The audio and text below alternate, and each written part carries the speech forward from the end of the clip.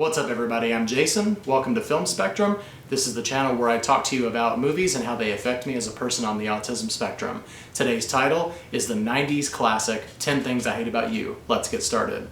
So 10 Things I Hate About You is a teen comedy starring Julia Stiles, Heath Ledger, and about 20 other insanely talented cast members. The ensemble cast works together so well that you would think that they were really good friends. As a matter of fact, they all became very close friends on the set. I think that's pretty cool. The movie as a whole and the actors and actress' performances really come off as more of a personal project rather than a movie that they just all happen to be in together. I think that really adds to the charm of this movie because it's familiar and relatable. So the story of my first viewing of this movie, I actually remember it pretty well. When I was 16 years old, I was a mall rat, and I had a friend of mine who was in his early 20s, I think he was either 20 or 21, and he actually came up to the mall early one day. This was a Friday afternoon, so this was before everyone was actually getting to the mall, and he came up to the mall and he asked me if I wanted to go see this movie because he worked at some company where they got free movie screening tickets.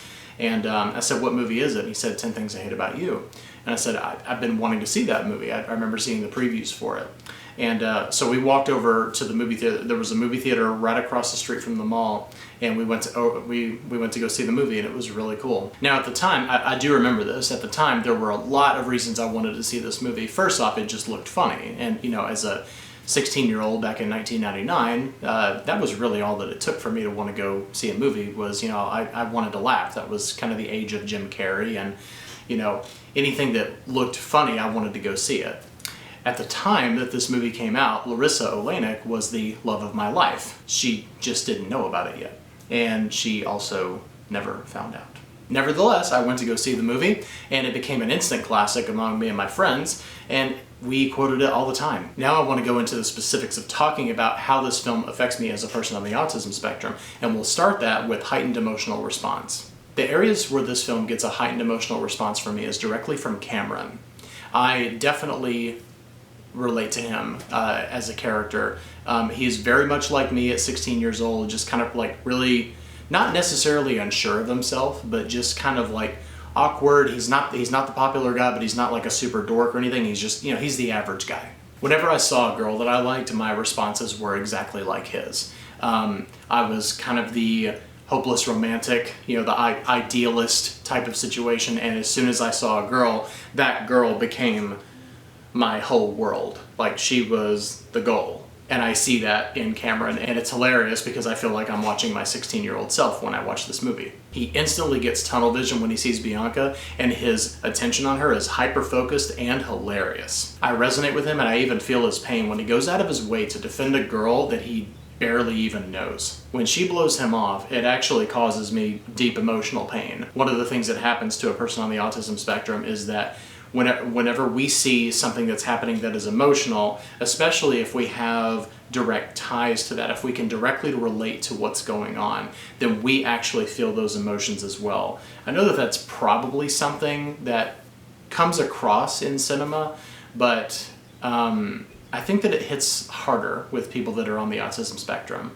I know that for me, I can watch a movie like this and can watch a lot of different movies actually, and we'll discuss those later. I can watch a lot of different movies and really feel the emotional impact of it, and it actually stays with me. It doesn't leave after I've seen the movie. It stays with me for a while, and it really gets me thinking. Movies do that to me, and this one definitely does it as well, even though it's a comedy. Anyway, I've been there, liking a girl and kind of setting her up on this pedestal that Cameron does with Bianca, and just knowing that she has no interest in him whatsoever, at least at first, is directly relatable for me. The nostalgia is also very emotional for me. As a person on the spectrum, and then also someone that was born in the 80s and then raised in the 90s, nostalgia can be very crippling for somebody like me because nostalgia is kind of built into my generation. Nostalgia, it's really interesting how it all happened, but the 90s have never gone out of style. They're still in style, and they were nostalgic as soon as 2000 hit. Nostalgia is something that I have to be very careful with because sometimes I can tend to live in the past, and this movie does not help with that. I don't know how they pulled it off, but 10 Things I Hate About You takes place in Seattle, Washington, yet somehow they managed to make it look like my childhood in Tennessee. Everything from the fashion, the music, everything. Heck, even the way that the film actually looks. It looks as though they just took the camera from where I was a teenager in Tennessee, and they just moved that camera and changed none of the settings or anything like that. They just took it directly to Seattle, Washington, and they just filmed teenagers that were there. I watched this movie and I think, I knew that guy. I knew that guy. I knew that guy. There's all kinds of different people, like they all kind of run the gamut of all the different types of personalities, and I could name friends that I had that were just like all of these characters. Next, I want to talk about the aesthetics of the film. The film's color palette has always been impressive to me. As I stated earlier, it looks just like they moved the camera from where I was to Seattle, Washington, but there's something really dynamic about the color palette of this film that it seems to work really well for the movie. You would think that on the surface this appears to be just another 90s teen comedy, but there's so much more that's going on. The film really is beautiful. I love the variance of color throughout the movie, and no character really has a set color palette. They adapt to whatever colors are going on at the time, or the location or what's going on in the story. Even Patrick wears sometimes black, sometimes blue, sometimes white, sometimes green, and yet he looks great in all of those shots. I also completely associate the colors pink and green with this movie, and that's mainly because throughout all of the advertising, the colors were black, white, green, and pink, and that even carried over into the VHS home release and even into the DVD home release. Unfortunately, they didn't do that with the Blu-ray release. I wish they would have, but that's something that I directly associate whenever I see these colors, even if it has nothing to do with the movie. I see pink and I see green, I immediately think of 10 Things I Hate About You, and that's part of my autism brain at work there. There's a saying, it's what fires together wires together. That is much stronger in the case of a person with autism. They see something and they immediately kind of weld those two wires together and it sticks with them. So green and pink, seeing those two together, I will never not think of 10 Things I Hate About You because of that. Next, I want to talk about immersement level. This movie makes me forget that I'm not 16 every time I watch it. The aesthetics not only play a part of that, but also my deep association with the year 1999, it was a very formative year for me, has a lot to do with that. The overall atmosphere of the movie is incredibly 90s, but specifically late 90s. It's not early 90s or even mid 90s. It's got a late 90s vibe to it, and the early 2000s kind of caught some of that late 90s, and it's very much immersed in that, and they did a great job capturing that specific time period of the late 90s going into the early 2000s. One of the things that I love about this movie and that you'll notice is that there are no cell phones. And I think that's very interesting because this movie came out 4 years after Clueless came out. And Clueless, although that was almost like a parody at that point of it was like a parody of cell phone usage, there were still people in that movie that were using cell phones. And I know that the joke at that time, in 1995, there wasn't a teenager that had a cell phone. At least as far as I can remember, not where I grew up. You didn't start seeing cell phones, probably until the late 90s. And I just remember that almost being like a parody type of thing. And in 10 Things I Hate About You, there are some rich kids that go to this school.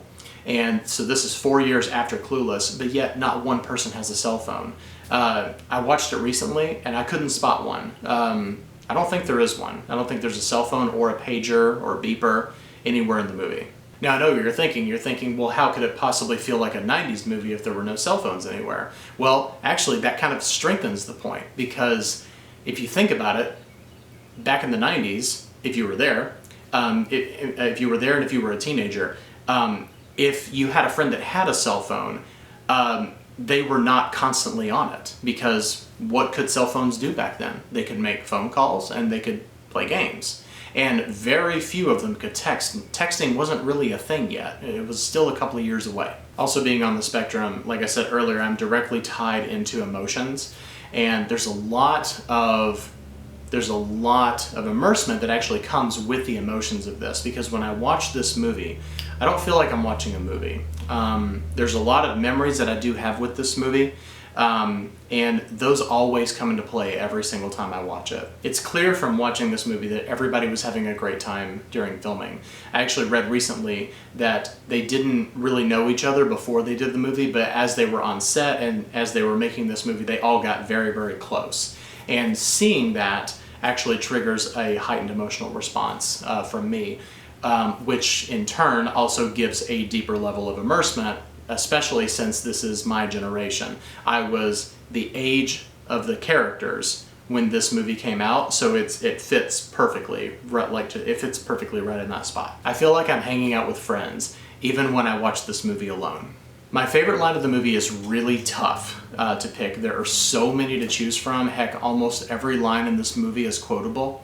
But if I had to choose one, it would have to be, "I think you can in Europe." And no, it's not because it was delivered by Bianca. I love it because I love random comedy. And I've always thought to myself, even back then, what in the world was going through her mind that made her think, "I think you can in Europe," when it comes, because the question, let me give you a little bit of context. Her friend says to her, "I know that you can be overwhelmed and you can be underwhelmed, but can you ever just be whelmed?"